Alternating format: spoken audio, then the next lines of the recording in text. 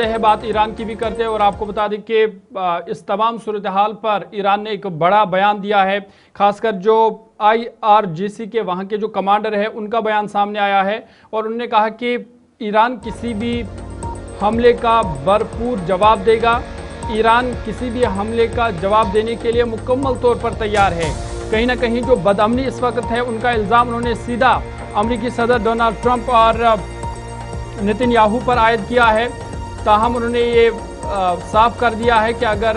کسی طریقے کا بھی کوئی بھی حملہ ہوا تو اس کا بھرپور جواب دیا جائے گا۔ IRGC یعنی Iran Islamic revolutionary guard corps کے جو کمانڈر ہیں ان کی جانب سے بڑا بیان سامنے آیا ہے اور انہوں نے کہا کہ ایران کسی بھی بیرونی جارحیت کا فیصلہ کن جواب دینے کے لیے اعلیٰ ترین سطح کی تیاری میں ہیں۔ بڑھتی ہوئی علاقائی اور عالمی کشیدگی کے دوران یہ بیان سامنے آیا ہے اور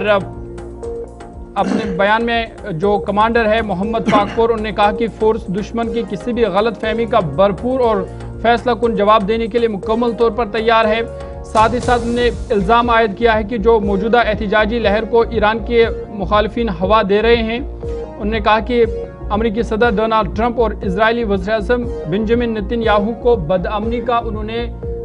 سیدھا ذمہ دار ٹھہرایا ہے اور کہا کہ انہیں ایران کے نوجوانوں کے قتل کا بھی انہوں نے ذمہ دار قرار دیا۔ یہ بیان ایسے وقت میں سامنے آیا جب ایران کو مغربی ممالک کی جانب سے دباؤ، مزید پابندیوں کی وارننگ اور خطے میں بڑھتی ہوئی فوجی سرگرمیوں کا سامنا ہے۔ ایک ایک کر کے آپ دیکھ رہے ہیں کہ مختلف ممالک کا ایئر سپیس بھی بند کر رہے ہیں، ساتھ ہی ساتھ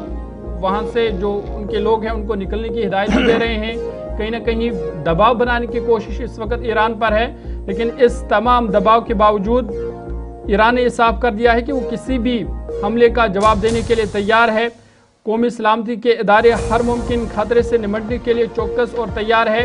یہ جو وہاں کے سربراہ ہے، کمانڈر ہے IRGC کے، ان کے سامنے انہوں نے یہ صاف کر دیا ہے۔ انہوں نے دشمن کو سخت وارننگ دیتے ہوئے کہا کہ کسی بھی صورتحال کا مقابلہ کرنے کے لیے ایران